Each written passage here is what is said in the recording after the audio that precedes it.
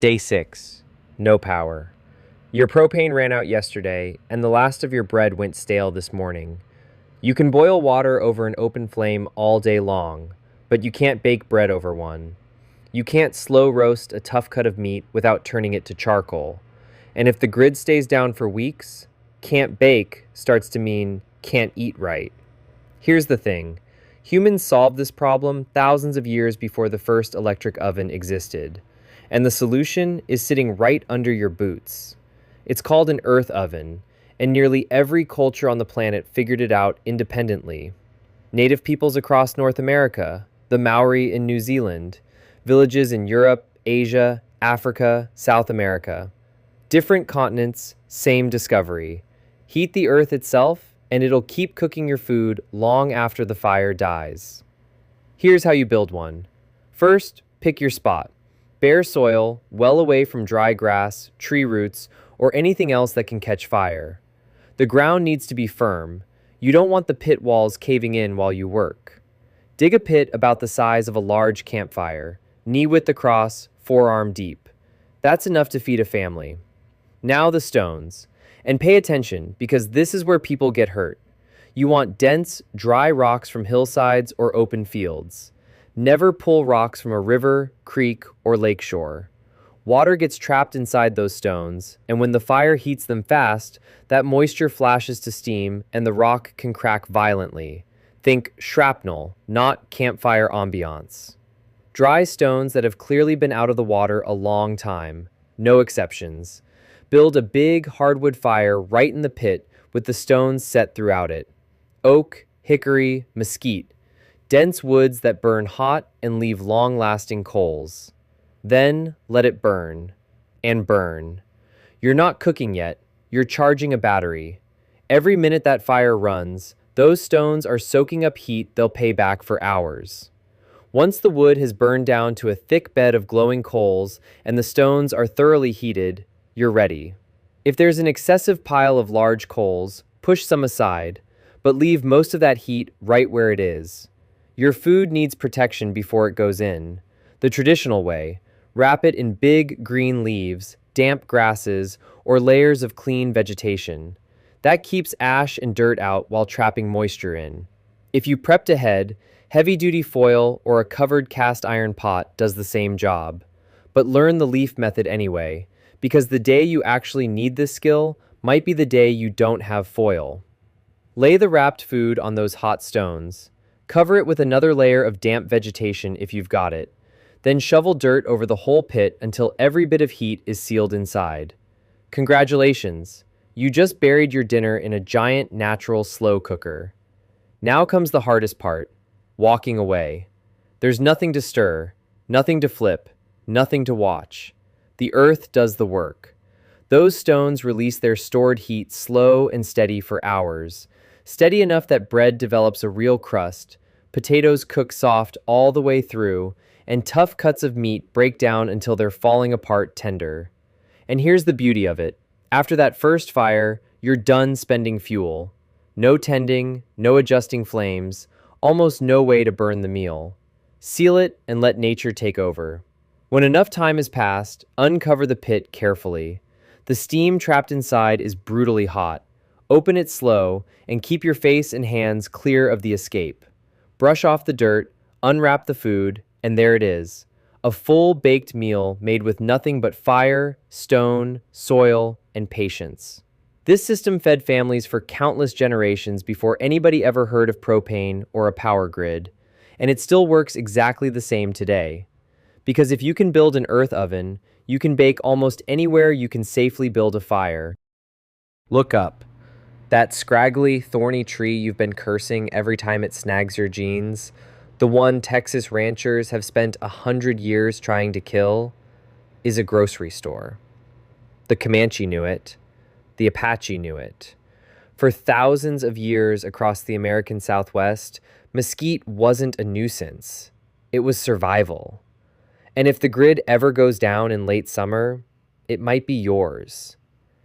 Here's how you turn mesquite pods into fresh bread with no electricity, no store, and almost no equipment.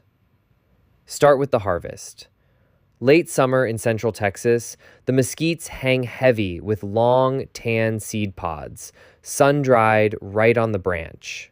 That's your signal. You want pods that are dry and brittle.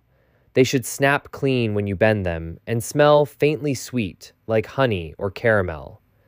That smell is sugar, and it's telling you the pod is ready. Pick straight from the tree whenever you can. Fallen pods work in a pinch, but they soak up ground moisture and collect insects, animal droppings, and worse. And here's the one rule you don't break. Skip any pod with black spots or fuzzy patches. That's mold, and moldy mesquite can carry toxins you do not want in your bread. When in doubt, throw it out. The tree has plenty more. If your pods feel even slightly soft or bendy, spread them in the sun for another day or two. Bone-dry pods grind easier and store far longer. Now the beautiful part. Acorns need days of soaking and leaching to pull out the bitterness. Mesquite needs nothing. The sugars and nutrients are edible straight off the tree, which makes this one of the easiest wildflowers in North America. Snap the pods into pieces and grind them. A stone metate if you're doing it the old way. A hand-crank grain mill if you're smart. The whole pod goes in. The sweet outer shell and the hard little seeds inside. Those seeds are stubborn, and they're where most of the protein lives, so grind, sift through a fine screen, and run the coarse bits through again until you've got a fine, even flour. Taste it. Sweet. Nutty, hints of caramel and cinnamon. Mesquite flour carries protein, fiber, minerals, and natural sugar, but almost no gluten, so it will never rise into a sandwich loaf.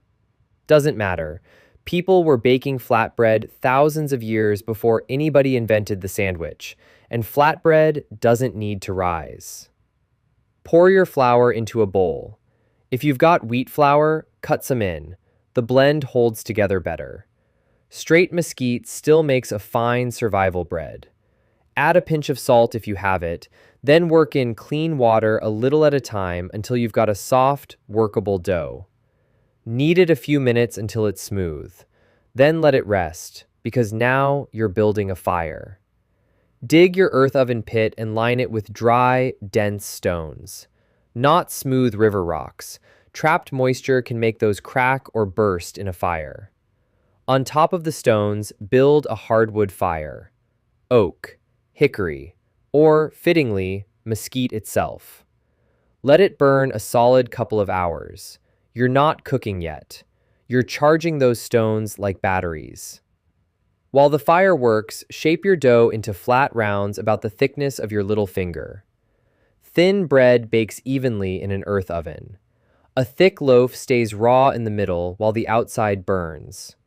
When the fire has burned down and the stones are glowing hot, set your rounds on a clean, flat stone inside a covered clay pot or in a cast iron Dutch oven if you're lucky enough to have one. No cookware at all? Wrap the dough in large, clean leaves to keep off the ash and dirt. Cover the food with damp vegetation if you've got it, then shovel the soil back over the entire pit. The earth is the oven now. Those stones release their stored heat slowly while the sealed pit traps it, gently baking your bread instead of scorching it over open flame, the same way people cooked on this land for generations. 45 minutes to an hour later, dig it out. Careful. Steam comes boiling up when the soil comes off, so keep your face and hands clear. Lift out the bread and give it a few minutes to cool. What you're holding is flatbread with a lightly browned crust, a soft, chewy center, and a sweetness no wheat bread can touch. Caramel, roasted nuts, a whisper of cinnamon. Eat it with roasted meat, beans, or wild greens, or warm by itself, standing right there at the pit. Total cost of the meal? Sweat and firewood. That trash tree fed the people of the desert Southwest for centuries before the first grocery store ever opened its doors. And if the lights ever go out, it'll do it again. So the next time you drive past a mesquite, tip your hat. That tree has earned it. Why is mesquite such a powerful grid-down food? Start with the numbers. Mesquite flour runs roughly 25 to 30% fiber and 10 to 15% protein, with the seeds carrying most of that protein. It's loaded with minerals your body burns through under stress: calcium, magnesium, potassium, iron, and zinc. But here's the part that matters most in a crisis. Mesquite is a slow burn fuel. Its sweetness comes mostly from fructose, and all that fiber slows digestion way down.